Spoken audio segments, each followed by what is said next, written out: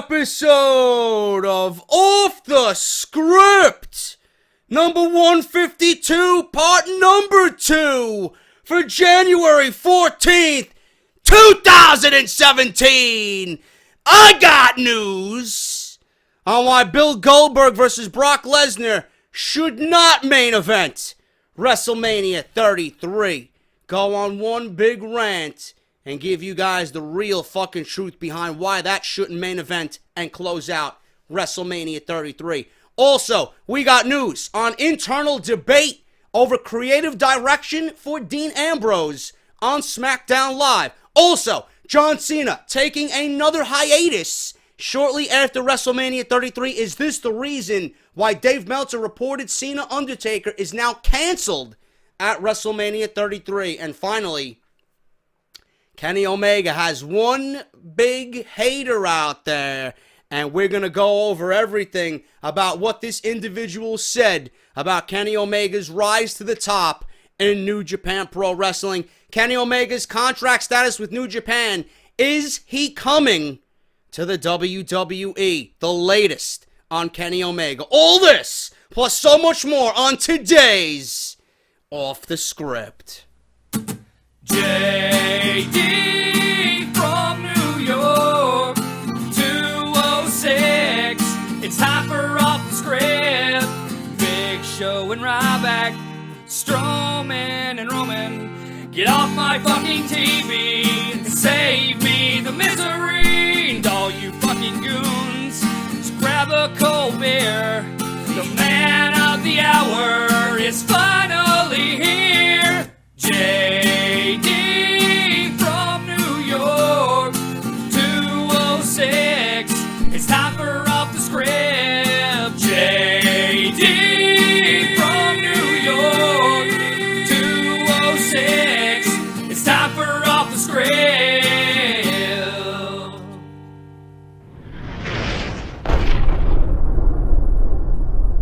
We already went over the topic of John Cena versus The Undertaker being canceled for WrestleMania 33. This is according to Dave Meltzer and the Wrestling Observer, okay?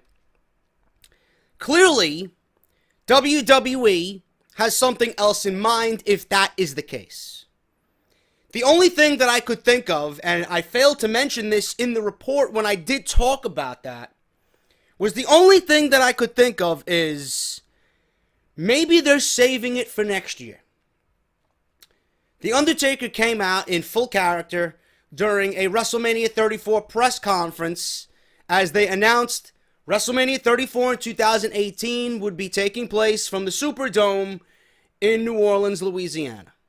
And the reason why, if you guys missed my Off the Script Extra on YouTube, it's on the channel right now. I'll link you in the annotation in the video you're watching right now. The reason why WWE is going back to New Orleans to begin with is because apparently it's the 300th anniversary of the city, and they're having a big party, a big festival, and WWE wants to be there. New Orleans wanted WWE and WrestleMania back. After we already seen it at WrestleMania 30, 4 years later, they're back in New Orleans. What happened at WrestleMania 30? Daniel Bryan won the WWE Championship in one of the greatest moments in professional wrestling. After months and months and months of getting himself over, the fans rallied behind him. WWE had no choice but to give the title to Daniel Bryan, a man of the people. When the original plans called for Randy Orton versus Batista at WrestleMania. This is how out of touch Vince McMahon is. He thought that was going to be a great main event for the 30th annual WrestleMania. Fuck out of here, man. So they put Daniel Bryan over. Fucking huge. Beat Triple H in the opening match in a fucking great match. And then he beat Randy Orton and Batista in a triple threat match after gaining entry after beating Triple H. He beat all of Evolution in one night. Can't get more over than that. It had to happen. And if anybody has any problem with that, that's WWE's fault. That is WWE's fault. If Daniel Bryan won the Royal Rumble that year, maybe none of that would have happened. Maybe they could have booked a better main event. I've always said, at that WrestleMania, it always should have been Punk and Bryan in the main event. Seriously. That's what should have been the main event. I don't give a flying fuck what anybody says. If WWE was going to do the right thing that year, it should have been Daniel Bryan and CM Punk in the main event of WrestleMania for the WWE Championship. No ifs, ands, or buts. Done. But we got one half of that. Daniel Bryan at New Orleans at WrestleMania 30, okay? That's the one big thing that happened. The bigger thing that happened at WrestleMania that year was that The Undertaker lost the most valuable thing to his character, and that is the WrestleMania streak. Now, everybody was fucking shocked. I have my reasons to believe why the streak was broken. McMahon wanted it. It was the first pay-per-view for the network. Whatever. You get subscribers and you get people talking about the network. Look at what I got, this and that, through shock and awe. WWE was always under this impression that, you know, if you're not watching, then you're going to miss something big. There's nothing bigger than that. Now, whether The Undertaker going into that match wasn't 100%, whether he suffered a concussion during the match, who gives a shit? That's all been documented, this and that. The streak never should have died. Never. There was more money in the streak being alive than there was the streak being broken. And now, as you see, WWE has done nothing with the streak. Something that I ranted about during Survivor Series weekend. They gave it to Lesnar, only to drop it to Goldberg in 90 seconds. Oh, well, JD, there was no other way to book Goldberg. He wasn't ready for the match. And WWE wanted to pay homage to how WCW was booking him during the Monday Night War era. Who cares? Maybe Goldberg shouldn't have been back to begin with. It's not the way you do business. That's not thinking long term. Lesnar having the streak, no matter how he was booked, it's Brock Lesnar. Whoever beat Brock Lesnar was going to be a made man for life. That's the way I'm thinking about it. WWE didn't do that. So The Undertaker lost his streak that night, left everybody for fucking months just like stumped. Stumped. I remember watching it, and I could not, I sat there through the rest of the show, just fucking dumbfounded. I'm like, I don't know what I'm watching here anymore. I had no desire to watch the rest of the show, and we all knew Daniel Bryan was going to get his moment. So Undertaker lost at WrestleMania 30 in New Orleans. Okay? The very city that was the home to his streak dying. Undertaker died. Undertaker died at WrestleMania 30. Now, maybe WWE has this idea that, okay, we're going to cancel John Cena and The Undertaker this year. We're going to cancel it this year because we have a bigger plan in mind. What if we do it next year? What if WWE thinks that, you know what? John Cena is the only one left in the WWE, and he's not going anywhere, unless he gets hurt. God forbid. John Cena is the only one that The Undertaker has left. It's the only big marquee match left for The Undertaker.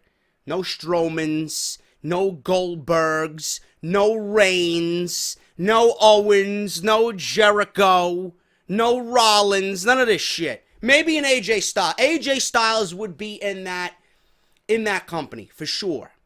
Maybe we get that at SummerSlam. I don't know. Maybe.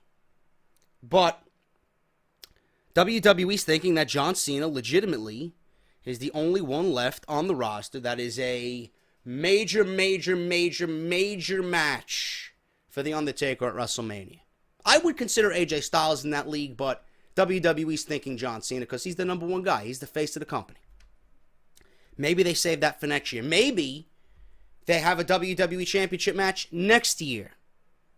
And that's going to be The Undertaker's final WrestleMania. The same place, the same arena, the same event where The Undertaker died at WrestleMania 30, he will be reborn at WrestleMania 34. Maybe beating John Cena for the WWE Championship and giving us that ending that we all want. Wins the title, lays the belt down in the middle of the ring, retires on top, the arena goes black, and he walks off into the darkness. Done.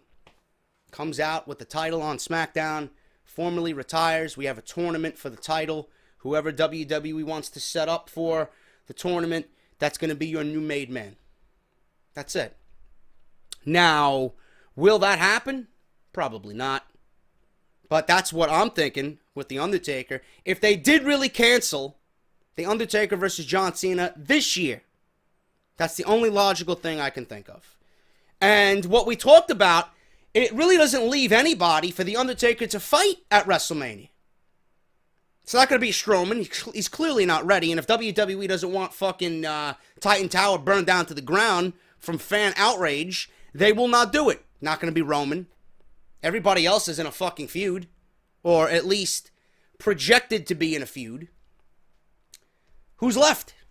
We came up with the idea of the Demon. The Demon King versus the Dead Man. The Demon King versus the Phenom. However you want to go about it. That could be what WWE is looking for. Now, I don't know if you have Balor go over The Undertaker at WrestleMania. I don't know. I wouldn't have The Undertaker lose another WrestleMania if it was up to me. So it's going to be interesting to see where WWE goes with this. So I don't know. But The Undertaker, even with the streak, was always the main event. That was always the main event. You know, he was a part-timer, but he is a legend. A legend that has put that company on his back. To me, The Undertaker can do and get away with those types of things, whereas people might not agree with, you know, The Undertaker main eventing when he's only there one time a year, or putting a title on him when he's only there one time a year. More so than a Goldberg and a Brock Lesnar, correct? Undertaker has earned our respect through years and years and years. WrestleMania 34 is going to be his 25th WrestleMania. What better way to go out? It's a nice round number to retire at, right? 25? I mean, there's 34 fucking WrestleManias. He's been at 25 of them. Never going to happen ever again. Undertaker is deserving of a main event. Whether he's retiring or not, because it's The Undertaker. Goldberg and Brock Lesnar, they are not deserving of a WrestleMania main event.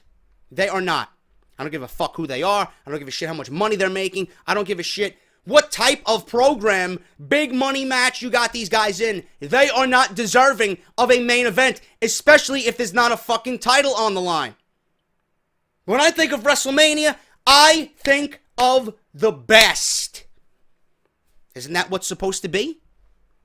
I mean, Wrestle Kingdom got it right, correct? I mean, Kenny Omega was the best, or one of the best, in New Japan. All these accolades through 2016, he was rewarded with the main event spot at their biggest show of the calendar year. Going against their world champion. Their world championship goes on last. Their world champion is going on last against the best challenger that the company has had all year. That makes a main event. That's the proper way to go about a main event. What is WWE planning for WrestleMania's main event? After news that they want to top Omega and Okada and what they did at Wrestle Kingdom 11, how's WWE going to top that? According to recent reports, as of Friday morning, Goldberg versus Brock Lesnar will indeed, as of now, main event WrestleMania 33. I cannot tell you how disastrous that is.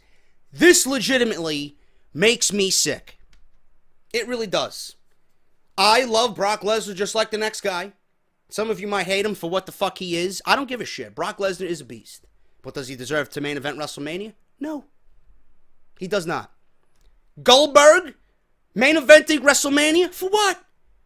What has he done to main event WrestleMania 33? Nothing.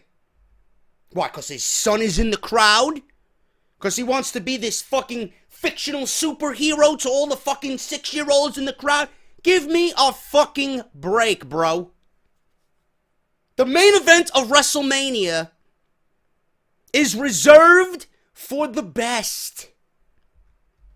There's only one person that comes to mind when you think of the best in 2016. This is WWE's Super Bowl. This is WWE's World Series. This is WWE's end of the line for the calendar year for their programming. You take a look back at who's been their number one all-star player for the entire year. Who has it been? AJ Styles. Now, to me, I don't know if I'm explaining this in a way in which you guys do not understand, or I'm a fucking goon. But if you're in the Super Bowl, or you're in the World Series, or you're fucking in any final of a professional sporting league, you could be fucking playing chess, and you can be one of 2 finalists to win the World Chess Championship. I don't give a fuck what you're doing. If you're in the finals of something, anything, that means you are the best. This is the best that WWE has. This is their finals. This is what you're going to go off the air with for your final show before you hit that reset button the next night on Monday Night Raw. Goldberg versus Brock Lesnar. I guess the WWE Championship doesn't mean a whole lot in WWE anymore, right? You know, because I was under the impression that, I don't know, the richest prize in the company, some may say it's the richest prize in the industry, goes on last. Whoever the champion is should go on last. And the only way I would make a reservation for that, or an excuse for it not going on last, was the Undertaker streak. Because whether you look at it through my eyes, your eyes, I don't give a fuck who you're looking, or whose eyes you're looking at it through. That WrestleMania 25 match between Shawn Michaels and The Undertaker, I don't give a fuck what the main event was of that show. That was the main event. Okay? You're not going to have anything else better than that. Shawn Michaels' retirement the next year, the possibility of him retiring, that was the main event. And rightfully so. Those are the only times I would make an excuse for the title not going on. Other than that, Goldberg is, I don't know if he's going to retire. I'm hearing that WWE wants to sign him through in WrestleMania 34. So more than likely, this is not going to be his last match. Brock Lesnar, what has he done? What has he done to main event WrestleMania 33? When he was the champion, yes, he should main event WrestleMania 33. But even if you put a championship on him, what title are you putting on him? You're putting the Universal title on him if one of these two wins it. And even that is not a main event WrestleMania main event. It's not. Goldberg and Brock Lesnar have done nothing to main event WrestleMania. They have done nothing to deserve main event WrestleMania. This is awful. That's not how you conduct business. This, at best, is a middle of the show type match. It's not even a co-main event. It's not even a co-main event. Not with The Undertaker on the card. Not with another championship on the card. Not with the Intercontinental Champion. Well, I don't know why they took the title off the Miz. I don't think Ambrose is going to do anything for the Intercontinental title. We're going to talk about that in a little bit. With the Miz holding the title, it was prestigious enough to be more important than this. I don't give a fuck about fantasy warfare. You got to get your priorities right, bro. This is a marquee match, a showcase type match that the casuals will say, oh, Goldberg, yeah, let me watch this, you know? But this is not more important than an Intercontinental title. This is not more important than an Undertaker match at WrestleMania. It's not more important than what AJ Styles has done through the year. Give me a fucking break. How is this deserving of a main event? The best should be showcased in the final match. To close that show, the best needs to showcase or be showcased. Don't know why WWE would even think about this. But WrestleMania is the pinnacle of achievement. And AJ Styles has had one of the best first years out of anybody ever in WWE. If that doesn't warrant a main event spot, I don't know what to tell you, man. I don't know what else anybody could do. A select few main event WrestleMania. This is the reason people come to the WWE, to main event this show. What do you think this is going to do to everybody? What do you think this is going to do mentally for everybody who's already there and who has even an inkling of interest to come into the WWE? Yeah, I want a main event WrestleMania. Well, how am I going to main event WrestleMania when Goldberg, 51 years old, is going against Brock Lesnar in the main event? I stand no fucking chance. You know, the hopes and the dreams and the aspirations of main eventing WrestleMania, they will be shattered because of WWE's political agenda. Yes, it's all fucking pipe dreams and fucking fairy tales, and it's the way it really should be, but you're always going to get swallowed up by the machine. What do you think that does? What do you think that, deep down, obviously he's not going to say anything because he's a fucking employee of the company. Deep down, what do you think an AJ Styles would feel if he's losing out on a main event spot to Goldberg? Are you fucking kidding me? What do you think New Japan is doing if they see Goldberg versus Brock Lesnar in the main? They're probably fucking laughing their ass off. You know? What if you're what if you're an up-and-coming guy who wants to ascend through the ranks and you're fucking being pushed, monster push, and you're the fucking next big thing in wrestling, and you see this shit? It's like, it's a demoralizing aspect. This is the pinnacle of this industry. This is what you're going to showcase for your company in the final match, if this is indeed going to happen? Awful. Absolutely fucking awful. Now, until recently, the main event of WrestleMania 33 was obvious. Cena, Undertaker, world title, and that was it. This one says it's the 25th anniversary of The Undertaker this year. I don't know, I might have fucked that up, I might have made a mistake. Somebody correct me, because I thought next year would be The Undertaker's 25th anniversary. So let me know in the comments if this year or next year is his 25th. I don't know. That's the only piece of information I don't have in my notes. This note here says it's the 25th anniversary this year, but up until this weekend, that was the main event. Undertaker, Cena, WWE title. Undertaker would win the Rumble. Cena would beat Styles. That's your main event for WrestleMania.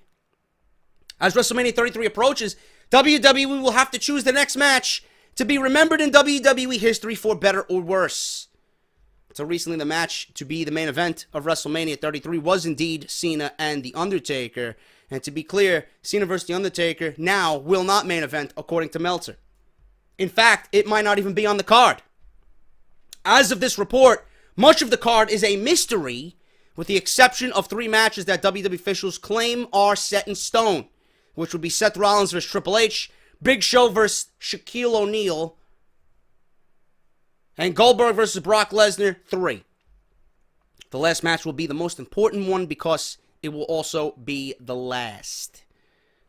Meaning of Goldberg versus Brock Lesnar, the last in their feud, hopefully. According to new reports, WWE officials are expected to book Goldberg versus Brock Lesnar as the main event of WrestleMania 33.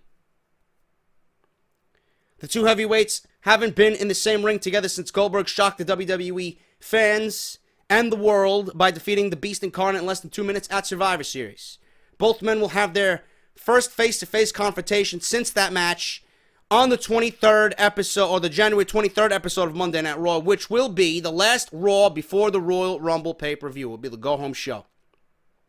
The two men will have their next battle inside the ring during the Royal Rumble match. That's what they're building the Royal Rumble match for, that Lesnar and Goldberg will have, some type of interaction in that match. Whatever happens in the Rumble will progress their feud into Fastlane.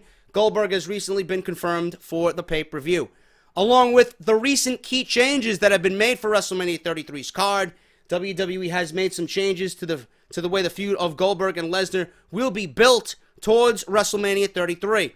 Goldberg's appearance for WWE Fastlane is interesting because no one knows what he'll be doing on the show. As of this writing, Brock Lesnar has also not been confirmed for Fastlane yet, but Goldberg has, according to some reports. Not been confirmed by the WWE, but that's where they're going with this. It's been reported that Goldberg is signed to compete in 3 matches, which means he'll likely be wrestling at Fastlane. That's where the reports are coming from, based on his contract status. It's unclear how that may impact the feud with Brock Lesnar, but the clear goal is to sell WrestleMania, especially if Goldberg will be featured in the main event.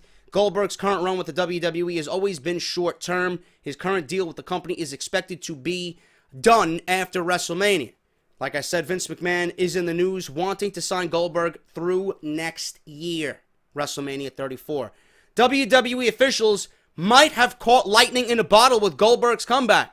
So gifting him the main event of WrestleMania 33 against Brock Lesnar is the perfect way for his career to end. No. His career could end on the undercard. It doesn't need to be in the main event. It doesn't deserve to be in the main event. More importantly, it doesn't warrant a main event match. You're taking this feud that's been built from a fucking video game to headline your biggest pay-per-view of the year. Meanwhile, you're bypassing all the hard work that these other men and women have done for the sake of fucking Bill Goldberg, who's been back one time in one match, and you're going to put him in the WrestleMania main event. Awful, awful, awful decision-making. Obviously, Goldberg will get a huge send-off from the WWE Universe as WrestleMania comes to a close. Yeah, it could happen in the undercard. It doesn't have to happen in the main event. And it will be remembered as a great moment in WWE history. Some people may complain, but it's worthy of the grandest stage of them all. Yeah, it's worthy of WrestleMania, but not in the main event. And that's the way I'm going to say it. That's the way I'm going to feel about it, and I'm sticking to that. And I'm sure the majority of you are going to agree with me. Those who don't agree with me, well, you're fucking garbage anyway, and your opinion is irrelevant. Goldberg and Lesnar does not deserve to be main event. I don't give a fuck what anybody says. Seriously. That's a terrible, terrible, terrible, terrible decision. We got news here on internal debate over the direction of Dean Ambrose on Smackdown Live. Why did Vince McMahon okay the decision to give Dean Ambrose the Intercontinental Championship after The Miz has been absolutely fucking flawless with that title? It makes absolutely no sense. When I see Dean Ambrose, and I've mentioned this on my SmackDown Live reviews if you guys have been watching, it doesn't make any sense that Dean Ambrose just came out of a feud with AJ Styles for months and he didn't capture the WWE Championship, but automatically he gets thrusted into an IC title feud, and within 2 weeks he wins the title from The Miz. I mean, how is that logical? What has Ambrose done to deserve getting a title shot from the Intercontinental Champion? Better yet, how is he the champion? I don't get it. I really don't understand the fucking decision behind anything that this company does. Now, I'm not saying Dean Ambrose is not worthy of being an Intercontinental Champion. I'm just saying that The Miz shouldn't have lost the title. It's like they just gave it back to him. They just gave it back to him, you know? Not even 2 months, and he's already lost it? So, what does that mean? If I'm The Miz, now there may be a grander picture to this, I don't know. With the rumors of Dean Ambrose and Shane McMahon at WrestleMania, that's the direction that has been rumored. That Dean Ambrose is going to be, or Shane McMahon is going to be on WrestleMania's card, and he's going to be feuding with someone from SmackDown. Who the fuck is it going to be? Who is he going to feud with? It's nobody else but Dean Ambrose. They're the only ones that had any type of interaction between one another, as far as an authority figure outside of Daniel Bryan and The Miz. And they're not going to book Daniel Bryan versus The Miz at WrestleMania. Not going to happen. WWE will never let Daniel Bryan get back in the ring ever again, and it's a fucking shame. But giving Ambrose the Intercontinental title over how The Miz has gotten himself over? I mean, some may argue with me, and I'm not going to fucking take anything away from your argument. You know, you guys know how I love Samoa Joe's work. He's been the most dominating, believable heel in the company. Even more so than anybody on the main roster. That's my opinion. But some of you had said, JD, I don't know about that, man. The Miz has done great work. I think The Miz is the best heel in the company, and I'm not going to argue with that. The Miz, listen, the direction of The Miz's character before the brand split was fucking career-ending. The guy was garbage. The way that they produced him and the way that they fucking booked him creatively was garbage. You wouldn't give a shit if The Miz was on TV or not. He could have been released and you wouldn't even have known it. You wouldn't have cared. You would have been, oh my God, how could they do this 1 week? And then you would have forgot about it, just like everybody else. But now that The Miz has shown you how valuable he is and how great his work is, being that he's not being held down by the fucking political agenda on Smackdown, look at this. Look at what he's done. We're all fans of The Miz now. You know? And that's the best thing about it. That's not anybody being a bandwagon Miz fan at all. I remember I was sitting in this bed watching my fucking television here when The Miz won the WWE Championship and cashed the Money in the Bank. I jumped out of my bed because I loved it. I couldn't wait for The Miz to cash in that Money in the Bank, and I was happy. Now, they booked him as a chicken shit fucking champion. They booked him as a terrible champion, but that's not The Miz's fault. Now, The Miz, more mature, more wiser, and knowing what to do as far as character development, he's taken everything that he's learned and he's now utilizing that in front of a SmackDown audience that is hungry to see more of him. But taking the Intercontinental title off of him after he's been doing all of this with the majority time being Intercontinental Champion, it's a mistake. What is Ambrose going to do for the Intercontinental title that The Miz has not done? It's a stupid move. Ambrose, in my honest opinion, I think Ambrose is one of the hardest working guys in the company. Some of you might not like Dean Ambrose. Some of you think he's boring. But I don't mind Dean Ambrose at all. I think Dean Ambrose is very, very valuable. There's nobody in WWE that's wrestled more matches in 2016 than Dean Ambrose. But I don't think Dean Ambrose, coming out of a WWE Championship match, is deserving of an Intercontinental Championship run. And I don't think Dean Ambrose is in a current position right now to bring any prestige to that title. The Miz was bringing prestige to that title because the character was so great, the belt being on a character that is thriving for that, on a character that people are calling the best in WWE, who's been a part of the best storyline in WWE on Raw and SmackDown. He had the title, and by default, the title was looking and being elevated because of what The Miz was doing with his body of work. And now you took it off of him for Dean Ambrose, it's only going to go down. The prestige and everything that The Miz has done, you think he's in story, you think he's in character when he says it, that the prestige of the Intercontinental title is going to go down while it's on Dean Ambrose. He ain't lying. That's true. Everybody knows who's got a brain how valuable The Miz is. And there's a ton of internal debate over Dean Ambrose right now on SmackDown Live. Was it the right decision to give Dean Ambrose the title and take it off The Miz? I don't know.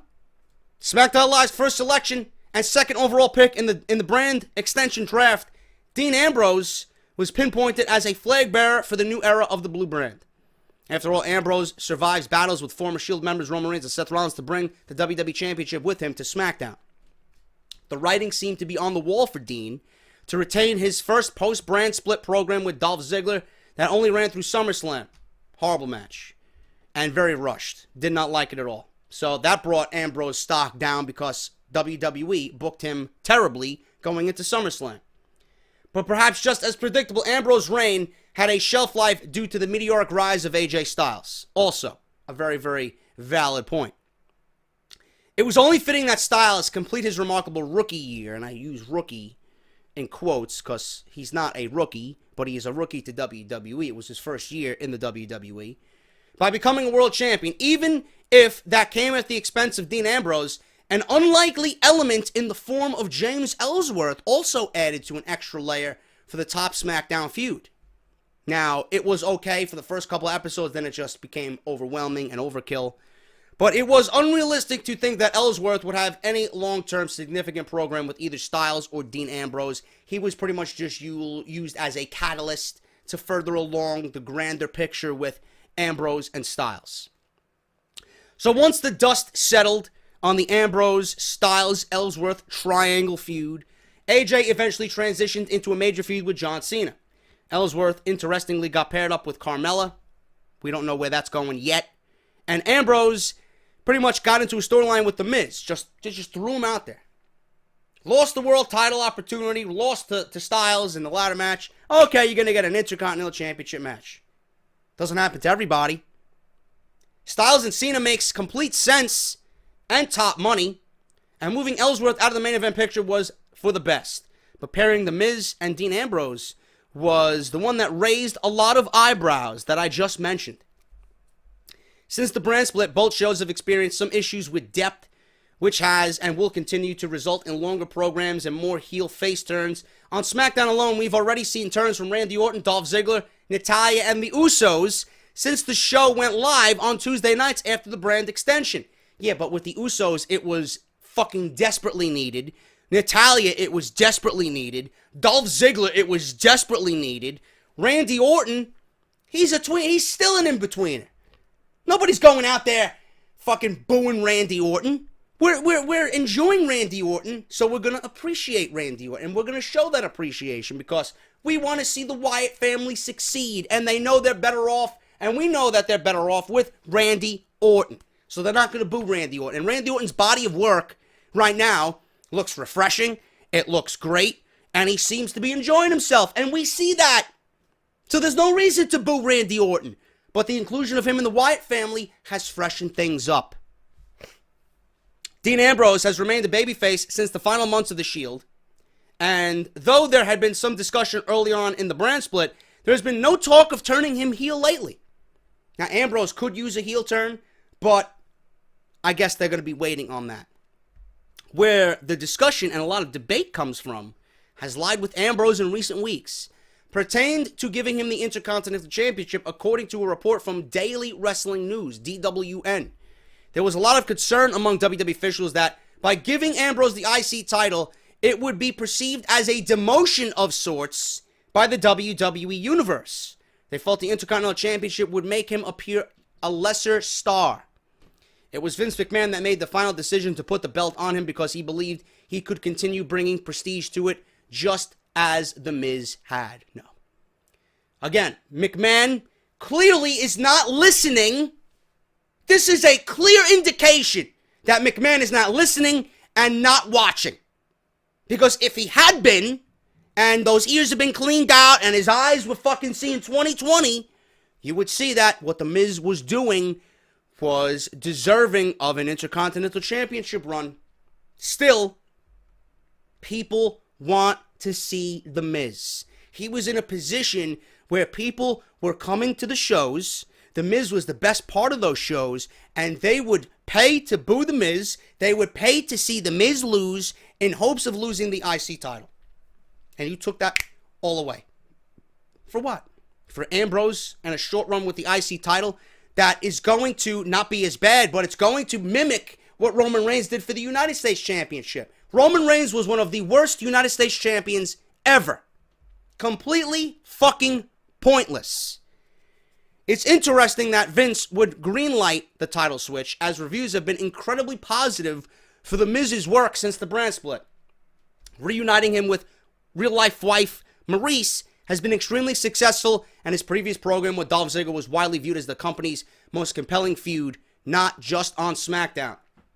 The pairing raised eyebrows because of the contrasting styles of The Miz and Dean Ambrose. But from an entertainment perspective, incorporating Ambrose's real-life relationship with Renee Young has provided a nice little momentum boost. This, despite the company's initial hesitance to unveil that personal aspect into a worked storyline. Now, that has added a lot of intrigue to it. I'm not saying that Ambrose is going to be falling face first yet. They're lucky they worked that in there because it makes me want to see this more and where it goes. Now that The Miz is chasing. So hopefully they have something bigger planned here. And they make Ambrose look good. And I can be proved wrong here. But we can all be in agreement here that The Miz has been fantastic. And nobody believes he should have lost that title. Nobody. Now, from an entertainment perspective, incorporating Ambrose's real-life relationship with Renee Young, hopefully this gives him that edge as well. And I wanted to make sure I got that because I have it in my notes here. It's going to give him that edge that we need to see from Ambrose. Ambrose is, all funny and joking around and cheesy, and, he's more like a fucking comedic act than a lunatic fringe like they perceive him to be on television. So maybe if Renee Young is being treated poorly by The Miz per storyline, this is going to incorporate some aggression into Dean Ambrose. Hopefully that's the case. As noted, SmackDown's creative staff has to work extra hard because of the limited options at their disposal.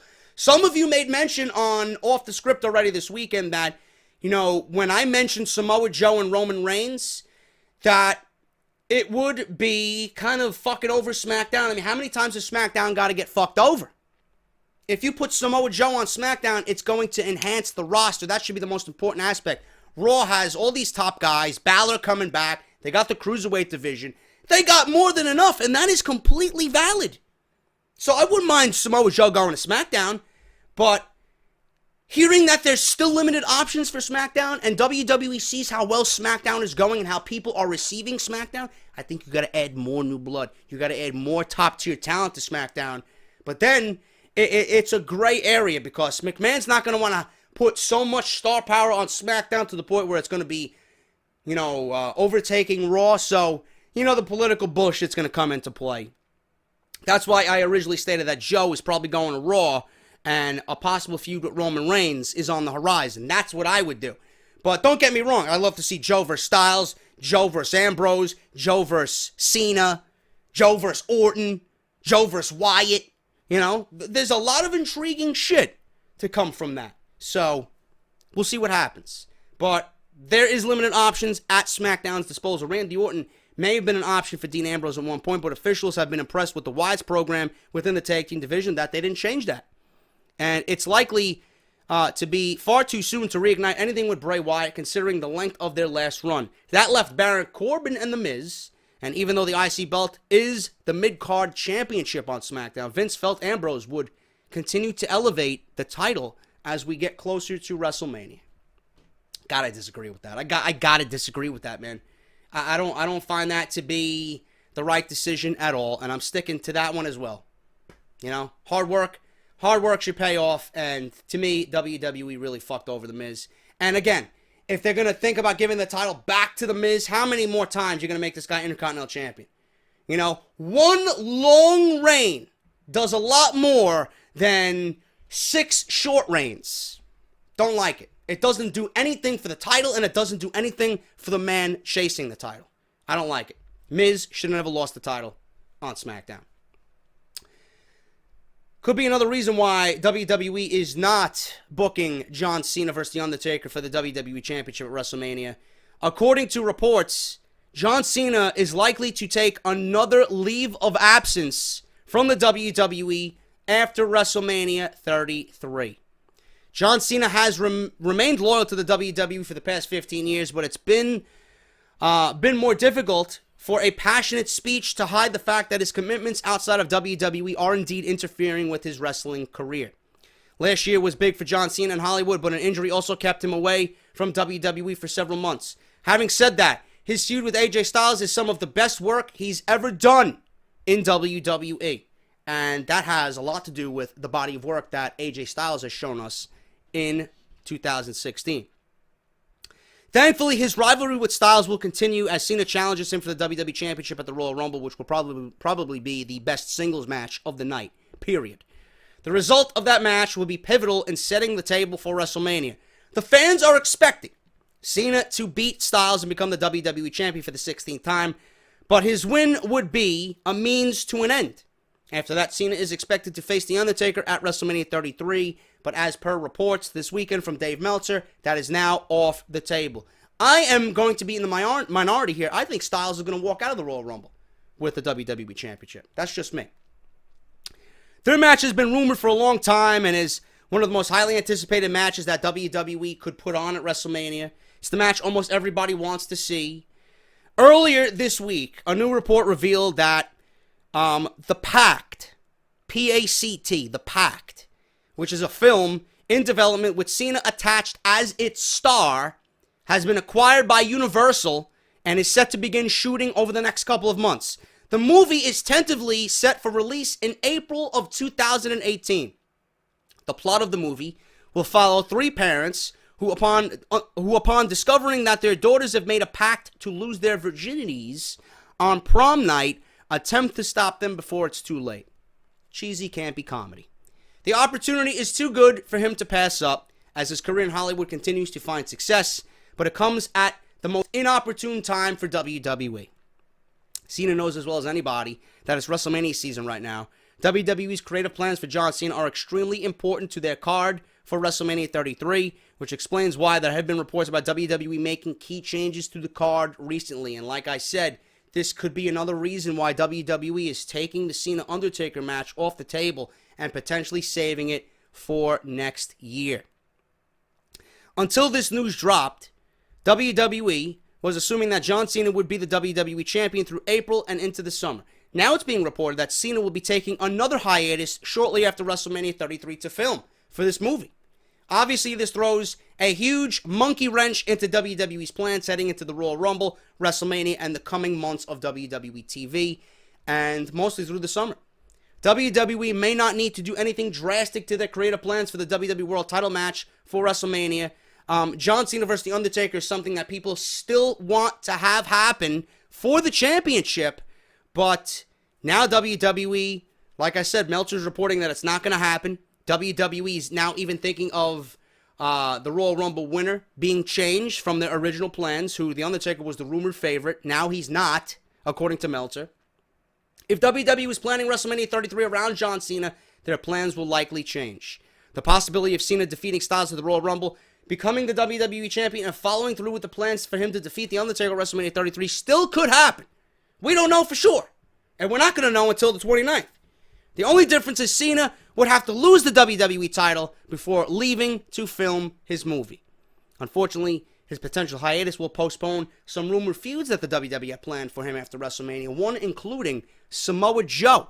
It's been reported that WWE could begin feuding with Samoa Joe and Cena in 2017. Some rumors about John Cena and Roman Reigns possibly taking place at SummerSlam have also been reported. WWE officials are not going to struggle to keep Cena busy on WWE television, especially since he is working with a limited schedule. The issue going forward is reevaluating how much John Cena will be featured on TV this year for the WWE. I don't know, man. This is completely up to John Cena. You know, WWE is his number one. But I understand his need and his desire to start building a life out of WWE or outside WWE. You can't fault the guy. He's done literally everything that the company has asked of him. So if he wants to do something or take time off or film a movie, WWE, I understand, you know, they're in their busiest time of the year with their creative fucking stress at all-time highs. But what are you going to do? What are you going to say to John Cena, man? John Cena knows how important all of this is to WWE. He's not going to fuck them over. But for the long-term plan, I don't know, man. WWE may be floating up Schitt's Creek with this. 16-time reign, going to last only 2 months. Not going to really have anything in between. Not going to have anything to follow it. I'm very intrigued by a Samoa Joe John Cena feud. I think that's going to be just as good as the Styles stuff that he's done. I don't know, man. But this could be the very reason that WWE's canceled John Cena versus The Undertaker, possibly holding that off till next year. We got to see. But it is being reported that John Cena taking more time off. Some of you might love that. But you cannot hide the fact that John Cena is important to SmackDown. And he is important to storyline progression on WWE television. Whether you hate him or you love him, Cena is important no matter how you look at it. Now, I'm going to step away for about 2 minutes. Okay? I'm going to put up the Off The Script graphic here. If you guys are watching on YouTube, if you guys are listening, it's going to go right into it. I am going to play audio. Because the next story we're going to be talking about is Kenny Omega's contract status with New Japan Pro Wrestling. And John Cena is fueling these rumors. Every fucking day, he's fueling these rumors. Kenny Omega's contract is not up until the 31st of January. That's my mother's birthday. And he's not going to be in the Royal Rumble.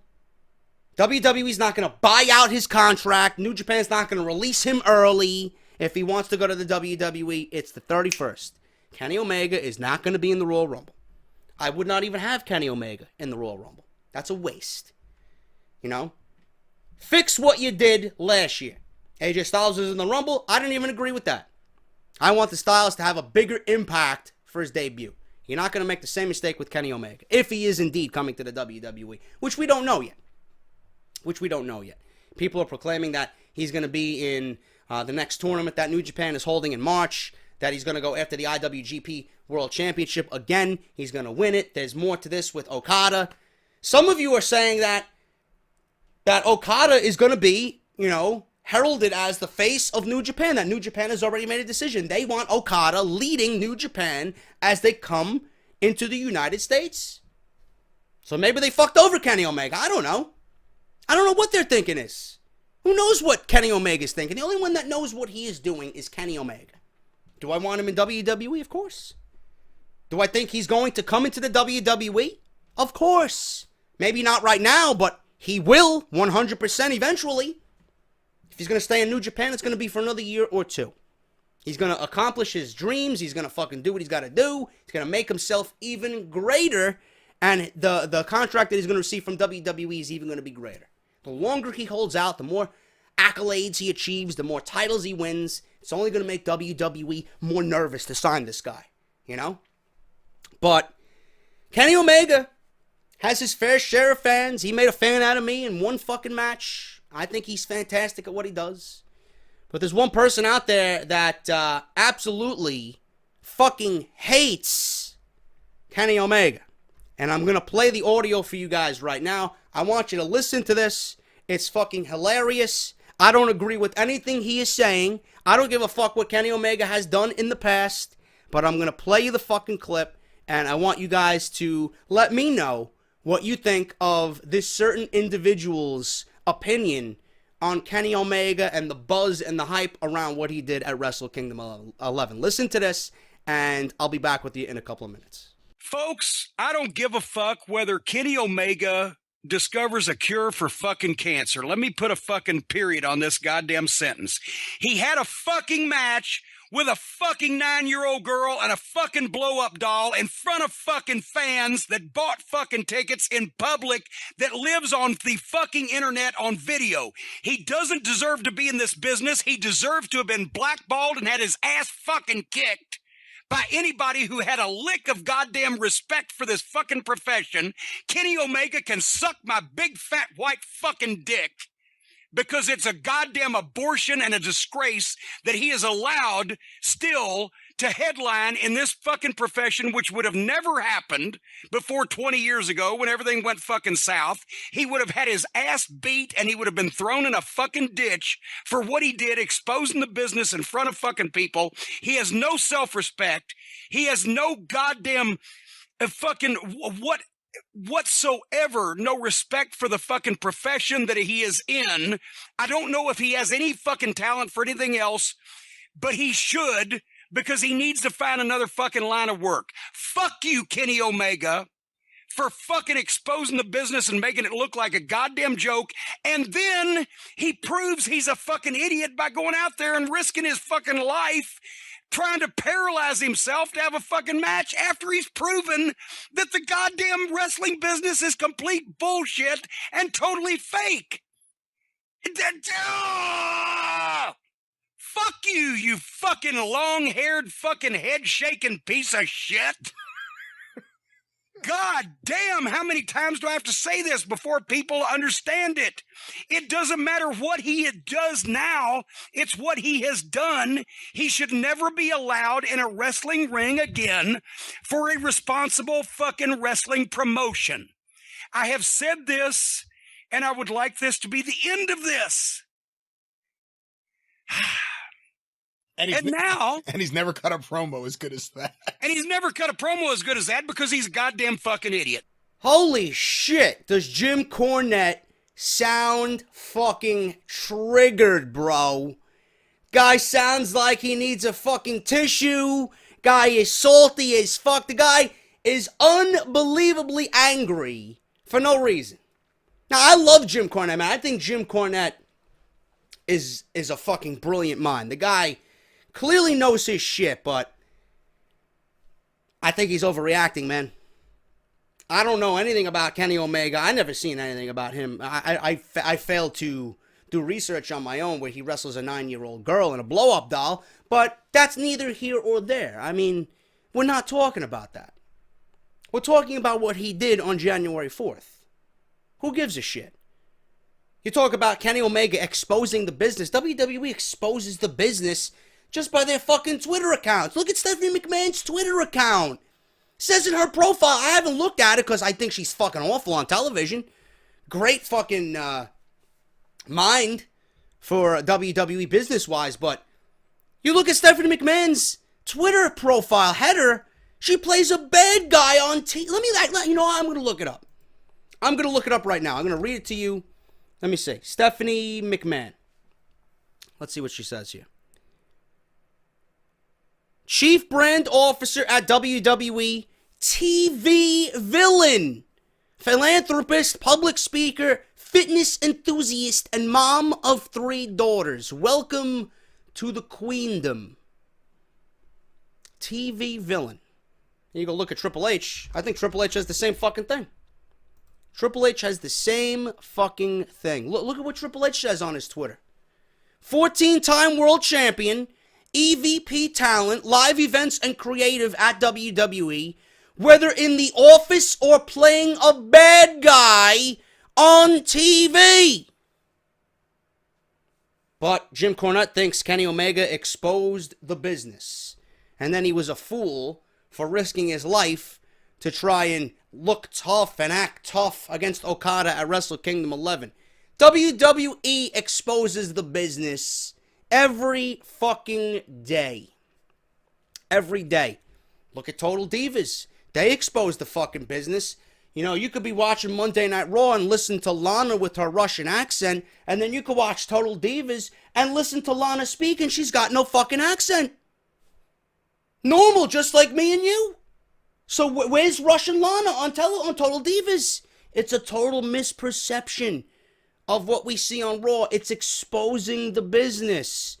Breaking ground, expose the business about what these guys go through. They take the cameras into the fucking boardrooms. They sit these guys down with contracts, going over their creative process. Remember on one episode where Aaliyah from NXT sat down with William Regal to go over what type of character she wants to play on television. WWE is exposing the business every fucking day. You can go watch this shit anytime you want. So WWE has exposed the business. Kenny Omega's doing what he's got to do to make himself money. And if you are that fucking triggered about what Kenny Omega did however many years ago, for you to come out and say he needs to find another line of work, I don't know. If you're a wrestling fan, I haven't found anybody that's completely said, you know what? What Kenny Omega did was trash. If you're a wrestling fan and you watch what Kenny Omega did at New Japan's Wrestle Kingdom, how can you not respect the guy? How can you not respect the guy's body of work? In a fucking day and age where you're quick to judge somebody based on past mistakes, WWE is about to let Hulk Hogan back in the company after fucking slurring racial derogatory terms behind closed doors while he was being filmed, unfortunately, without him knowing, to his daughter about who his daughter was dating. Now they're about to let Hulk Hogan back in the WWE. Bret Hart punched Vince McMahon in the eye and spit at the head of WWE during the Montreal Screwjob. Fucking cursed the company up and down, left and right. They let him back in.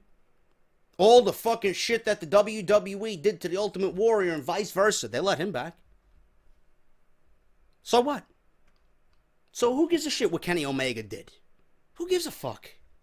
You're gonna base who Kenny Omega is now, more mature, at 33 years of age, to what he did earlier in his career? I don't know how long ago this was. It might have been fucking last week. I don't fucking know. But still, You're that fucking angry over what this guy did, which was clearly meant to be not serious.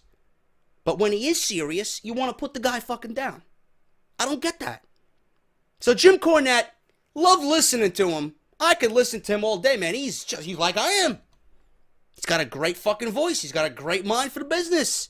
But on this one, I got to disagree with him. I got to disagree with Jim Cornette. Now, moving on to the fucking actual topic. I just wanted to let you guys hear that because some of you might not have known that that was said just mere days ago.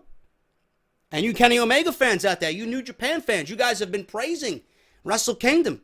I want to get your thoughts on what you think of Jim Cornette's just fucking outrage over Kenny Omega. Clearly, he was triggered. Clearly, I don't know what got him so angry, but who knows, man. Kenny Omega's probably sitting back laughing. He's got a fucking multi-million-dollar contract waiting for him at WWE. Kenny Omega knows what he's doing, okay? Jim Cornette can be angry all he wants. It's not going to deter Kenny Omega from making all the fucking money in the world after what he did at Wrestle Kingdom 11. So just calm down. Kenny Omega has been all over the news and rumor sheets ever since he's lost at Wrestle Kingdom 11 to Okada. But recent rumors regarding Omega suggest that while he could always be headed to the WWE, this entire thing could also be a work. What is a work, you might ask? If you guys need to know the full definition, it goes under the terminology of kayfabe, or using storylines from pro wrestling in real-life tones to help suspend belief further. So there you go. You learned something new today. Kenny Omega and several wrestlers before him have enjoyed making things tough on fans to tell what is real and what is not. WWE has done this in the past, but due to the type of business or the type of business they are in, they normally do not like to mess with the people too much as it could affect stock pricing. Meanwhile, some wrestlers like CM Punk did not care, and when his real-life WWE contract was coming to an end in 2011, he helped to develop a career-altering angle for himself because he really had nothing to lose. And it was one of the best things that WWE has ever done. The CM Punk pipe bomb and him walking out and him beating John Cena at Money in the Bank that year and walked out with the championship. That was brilliant. Whether that was the mind of Punk or whether it was the mind of Vince, it was brilliant. Real life brought to television. We like it more because it's real and we can't tell if it's real or fake. That's what makes everything a lot more interesting. New Japan does not have, or does not often, I should say, suspend belief. But since they work in a wrestling style called strong style, they typically enjoy making you believe matches are real, but they are not known for their amazing storyline angles. WWE has put this out there, as have other American companies. But Kenny Omega finds himself in Japan right now, and he claims he wants to change the face of pro wrestling. Kind of tough to change the face of pro wrestling when there's not as many eyes on New Japan as there are WWE. So if he wants to change the face of pro wrestling, you know what he has to do. Because New Japan is not going to be overnight success in the United States. It's going to be years before New Japan, if they want to come to the States and, you know, have the stateside fans just all aboard what New Japan is doing, it's not going to be an overnight thing. They're going to try, and I commend them for it, and I'm looking forward to it, man. I can't wait to see what New Japan has to offer in the States, Americanized slightly. But to change the face of pro wrestling, you're not going to do it with your entire career in New Japan. That's just the way of the fucking business. I don't give a shit if you guys hate me for that comment or not. You're going to change the face of pro wrestling by being in the biggest company in the world. WWE is worldwide. World Wrestling Entertainment. Not going to do that in New Japan. He's going to gain respect, and he's going to make a fucking beautiful resume for himself in New Japan. He's going to make himself more money for what he's doing in New Japan, but he's not going to be changing the face of pro wrestling as a whole by strictly being in New Japan, and he knows that. Hopefully you guys are smart enough to know that too. The only way to do that is to create a lot of attention. He clearly had everyone's attention in 2016, and if his amazing year did not make you notice, then his match with Okada at Wrestle Kingdom 11 did. After his loss, he told the world that he would be stepping away from Japan. He didn't say stepping away from New Japan Pro Wrestling. Stepping away from Japan. Guy's probably on vacation right now. For a while to evaluate things going forward. He says that he has not decided on his future yet, which could very well be true. The Wrestling Observer and Dave Meltzer claims that Kenny Omega's New Japan contract does indeed expire on the 31st of January. This means a couple of things in terms of a possible WWE debut. First, it tells us that if it would be possible for him to be at the Royal Rumble in January, obviously that's not. If his contract is on the 31st, right? Or ends on the 31st and the Royal Rumble's on the 29th, what does that mean? It means he's not going to be in the Royal Rumble. The normal WWE show will be going on towards the end of the month, but he will still be under contract with New Japan. Second, it tells us that clearly he has not signed with New Japan yet for a very good reason. There's some goons on Twitter. Oh, he signed. Oh, he signed. Well, really? Were you there when Kenny Omega signed the contract? Did Kenny Omega call you up personally and say, yeah, bro, I signed with another year on New Japan's contract? Seriously? You know? Because I'd love for you to tell me how you know. You fucking New Japan marks. Now I got the fucking right to call you guys marks. Yeah, you know everything, right? Yeah. Now it's my turn, motherfucker. You don't know anything. The only one that knows anything is Kenny Omega. There are some who claim he has signed for another year, which is very likely, and he could be playing everybody for a retard. But we don't know, and we're not going to know until the end of the month. However, if he did sign, then he would be more than willing to take part in the upcoming tours. Okada and others are working the events, and they tend to be light due to the heavy amounts of tag matches for the heavyweights. This does not mean he is fielding offers from WWE, but it does say that he isn't lying about the expiring New Japan deal. Many believe that the idea of a new contract may be there, and this entire thing could be one huge work by Kenny Omega and possibly New Japan Pro Wrestling. He almost tried to reassure New Japan Pro Wrestling fans that he is not leaving for WWE or anyone yet in an interview with Sports Illustrated. And I quote, this is what he said in Sports Illustrated. I've set a dangerous pace, I should say, for 2017, but I'll continue onward to the best of my ability. I still have more to share with the wrestling world, so let's change the business together even more in 2017. I fear that everyone has taken my words too literally. Yes, I'm out of the country and off of shows, but I haven't signed any new contracts yet. After such a huge loss, I didn't want to just hang around and take part in meaningless matches. I'm only interested in changing the business, so I'm thinking of carefully doing what needs to be done next. It's believed that he's simply taking time away because he is hurt, and he needs to heal from the wounds from the match that he had with Okada. The reason people think this may make a lot of sense is because the entire thing was brutal. And if you guys watch it, you guys know. He took a huge back body drop over the top rope through a table on the outside of the ring. New Japan fans have been trying to kill off WWE rumors by simply saying Kenny Omega is missing time due to injuries sustained in this match. However, Omega claimed just the opposite. I remember feeling this way once in 2012 after I'd wrestled in the Budokan main event for Japanese promotion DDT. At that time, I thought, never again. But here we are again. Yes, the back body drop was probably the worst of it. Very scary. But I'm not missing any tours due to injury. So Kenny Omega, from his words, his mouth, he's fine. A little banged up, but not enough to keep him off shows. So there you go. There you have it. The man is really considering his future and is not taking time away due to injury. However, there are many who believe he's working the world and will make his return in a few months to New Japan Pro Wrestling instead of opting to go to WWE. It is definite that WWE offered him a deal or is prepared to offer him a big one when his deal expires with New Japan. New Japan contracts are tricky due to the language in the contract that states a wrestler cannot talk to any other promotion until his deal expires. Obviously, Kenny Omega is wanted by WWE. They are certainly trying to bring him in. If Omega is willing to listen to a WWE offer before resigning with New Japan, then it's possible he makes the jump to WWE over returning to Japan. Triple H is unlikely to lowball Kenny Omega at this point, as the likes of AJ Styles last year, there is too much of an upside to even think about doing that with Kenny Omega. WWE really does need him at this point, and he could change the WWE for a very long time to come and help bring them fans back, or help bring fans back to the product, or even better, generate new ones. Few can offer that to the WWE at this point, and there's no better person right now than Kenny Omega. If Kenny Omega does sign, he will be at NXT WrestleMania weekend. That's my prediction on that. Do I want him in WWE? Yes. People have said to me on Twitter, and I've read a few opinion pieces that said Kenny Omega could realistically, if WWE wants, he could be the face that takes John Cena's spot. That's how good this guy is. Whether that's true or not, I don't know. That's up to Omega, and if he wants it. He wants to change the face of pro wrestling. There you go. John Cena has had the longest tenured reign out of any face that the WWE's built around. He is the #1 man.